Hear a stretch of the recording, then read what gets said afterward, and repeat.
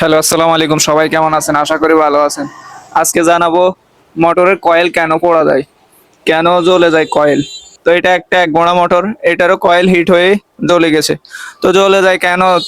তিন চারটা কারণ থাকে জ্বলে যাওয়ার পিছনে। কয়েল পড়ে যায় বা জ্বলে যায় কেন, এই বিষয়ে আজকে আলোচনা করব। বিশেষ করে তিনটা কারণে কয়েল পড়ে যায় বা জ্বলে যায়। তিনটার ভিতরে একটা হলো লোডশেডিং এর সমস্যা। মানে এই মোটরটা যে পরিমাণ কারেন্ট নেওয়া দরকার, ওই পরিমাণে যদি কারেন্ট না পায়, সেক্ষেত্রে মোটরটা জ্বলে যাবে। এই ধরনের সমস্যা হয় বেশিরভাগ দূরে লাইন নেওয়ার ক্ষেত্রে।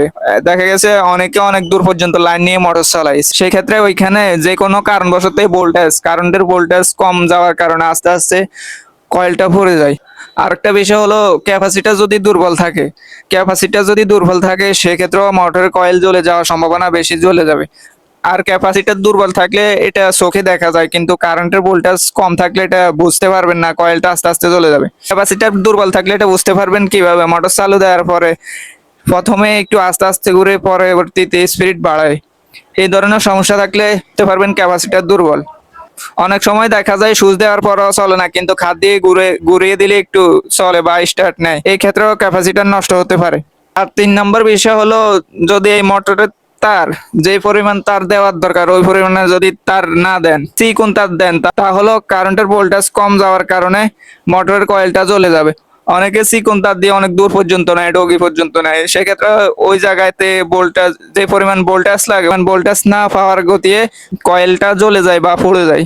তো আমাদের এ গেল তিনটা বিষয়, একটা হলো ক্যাপাসিটার, আর একটা হলো ভোল্টেজের সমস্যা, আর একটা হলো কি তার দেন, চিকন তার বা মোটা তার, যে পরিমাণে তার লাগবে, ওয়ারিং এর সমস্যা।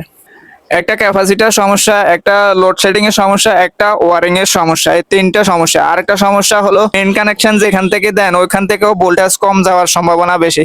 তো সেই ক্ষেত্রে বড় মোটর, এক গোড়া দেড় গোড়া মোটরগুলা মেইন সুইচের সাথে কানেকশন করাটাই ভালো হবে।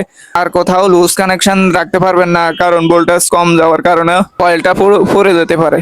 আরেকটা বিষয় খেয়াল রাখবেন, মোটরের সুইচটা ভালো মানের দেওয়ার চেষ্টা করবেন। দেখা গেছে এই সুইচের কারণে কয়েলটা জ্বলে যাওয়ার সম্ভাবনা বেশি থাকে। দেখা গেছে আপনি ছোট্ট একটা সুইচ লাগাইছেন, কিন্তু সুইচ নষ্ট হবে না, কিন্তু এই সুইচের কারণে মোটরের পুরো কয়েলটাই জ্বলে যাবে, কারণ ভোল্টেজ কম পাওয়ার গতি।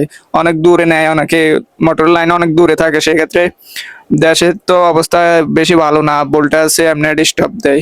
তাহলে যাদের ১ গোড়া থেকে ২ গোড়া পর্যন্ত মোটর আছে, তারা একটু সুইচ গুলো ভালো মানের দিবেন, যাতে করে ভোল্টেজ কম পাওয়ার সম্ভাবনা না থাকে। তো বেশিরভাগ কয়েল গুলা নষ্ট হয় ভোল্টেজের কারণে। তো ৩-৪টা বিষয় খেয়াল রাখলে আশা করে কয়েলটা নষ্ট হওয়ার সম্ভাবনা বা ঝুঁকি কম থাকবে। লোডশেডিং এর কারণে যদি কয়েলে গ্যারান্টি ওয়ারেন্টি থাকা অবস্থায় যদি ফুলে যায়, সেক্ষেত্রে কোম্পানি থেকেও পাবেন না, কিন্তু কোম্পানির লোক আসবে, দেখবে কি কারণে এটা নষ্ট হলো। যদি পানি ঢুকে তাও চেঞ্জ করতে পারবেন না। অনেকেই পরিবর্তন করে দেয়, কিন্তু কয়েলে পানি ঢুকা থেকে বিরত রাখবেন। দেখা গেছে অনেকে ব্যারিং জামের গতি এখানে তেল দেয়, তো তেল দেওয়া থেকেও বিরত থাকবেন। আর পানি ঢুকা থেকেও বিরত থাকবেন। তাহলে যদি সব ঠিক থাকে, তাহলে চেঞ্জ করে দেওয়ার সম্ভাবনা বেশি থাকে কয়েল পড়ে যাওয়ার কারণ। তারপরেও যারা কাজ করে, যারা সার্ভিসিং এর কাজ করে, তারা নিয়ে যায় যদি কোনো সমস্যা না থাকে। তো আশা করি বিষয়টা বুঝতে পারলেন। আজকের জন্য এই পর্যন্ত, আবার দেখা হবে অন্য কোনো ভিডিও নিয়ে। সবাই ভালো থাকবেন, সুস্থ থাকবেন। আল্লাহ হাফেজ।